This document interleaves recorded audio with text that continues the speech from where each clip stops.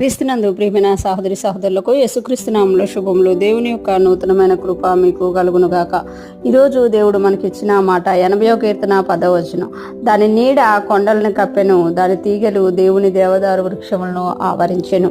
ఈ మాటలు మనం 80వ కీర్తనలో చూస్తున్నాము. దాని నీడ అంటే దేని నీడ అనేది మనకు తెలియాలంటే మనము 8వ వచనం చదవాలి. నీవు ఐగుప్తులో నుండి ఒక ద్రాక్షావళిని తెచ్చితివి, అన్యజనులను వెళ్ళగొట్టి దాన్ని నాటితివి. నీవు ఐగుప్తులో నుండి ఒక ద్రాక్షావళిని తెచ్చితివి.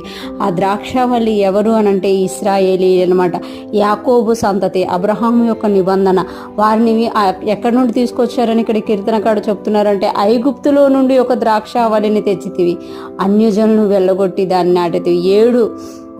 ఏడు దేశాలు దేవుడు ఇశ్రాయేళ్ళకి ఇచ్చి ఆ ఇశ్రాయేల్లో ఆ 7 దేశాల్లో అన్యులందరినీ వెళ్ళగొట్టి ఇశ్రాయేలీలంట అక్కడ నాటాడంట. దేవుడు నాటడమే కాకుండా 10వ వచనంలో చెప్తున్నారు కదా, అది చిన్న ద్రాక్షావల్లిగా వచ్చి ఈ యొక్క అన్యుల దేశంలో నాటబడింది. కానీ అది ఎలా అయిందంట, దాని నీడ కొండలను కప్పెను. దాని నీడ దేన్ని కప్పిందంట, కొండల్ని కప్పెను. ద్రాక్ష తీగను చూస్తాం మనం, ద్రాక్షావల్లిని చూస్తాము.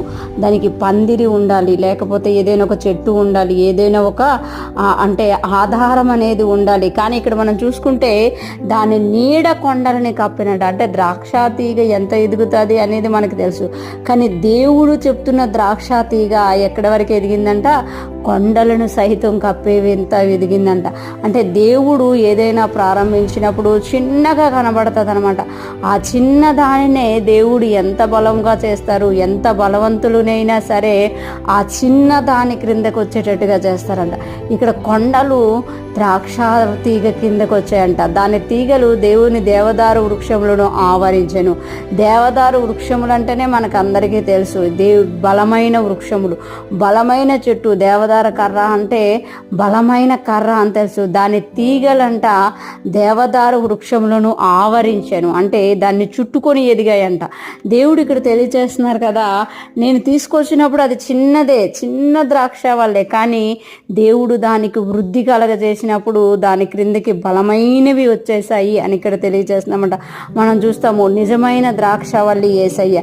ఆ నిజమైన ద్రాక్షవల్లిలో ఎప్పుడైతే మనము నాటబడి ఉంటామో, మనము కూడా నాటబడినప్పుడు చిన్నగా ఉంటాము. కానీ ఎప్పుడైతే మనము ఆ యొక్క నిజమైన ద్రాక్షవల్లిని ఆనుకొని ఎదగడం ప్రారంభిస్తామో, ఎంత పెద్ద సమస్యలైనా, ఎంత పెద్ద బలవంతులైనా సరే మన క్రిందకి రావాలి, మన స్వాధీనంలోకి రావాలి అని ఈరోజు దేవుడు మనకి తెలియచేస్తున్నారు. ఇశ్రాయేలు విషయంలోనే కాదు, నేను మీ విషయంలో కూడా అలాగ చేయడానికి సమర్థుడును అని దేవుడు మనకి ఈరోజు తెలియచేస్తున్నారు. ఈరోజు ఫ్రెష్ మన వింటున్న ప్రతి ఒక్కరము కూడా మనము ఎంత చిన్నవారిగా ఉన్నా, ఎంత బలహీనులుగా ఉన్నా, క్రీస్తు అనే ద్రాక్షావల్లిలో మనం ఉన్నామా, అయితే పెద్ద పెద్దవన్నీ కూడా ఏదైతే మనకు ఎదురుగా ఉండి సవాలు ఇసురుతున్నాయో ఆ పెద్ద పెద్దవన్నీ కూడా మన ఆధీనంలోనికి, మన స్వాధీనంలోనికి రాబోతున్నాయి అని ఈరోజు దేవుడు మనకి తెలియజేస్తున్నారు. ఇటువంటి గొప్ప బలమైన దేవుణ్ణి మనం కలిగి ఉన్నందుకు దేవునికి కృతజ్ఞతాస్తుతులు చెల్లిస్తూ మనము ఆయన్ని ఆధారం చేసుకుంటూ ముందుకు సాగిపోదుము గాక.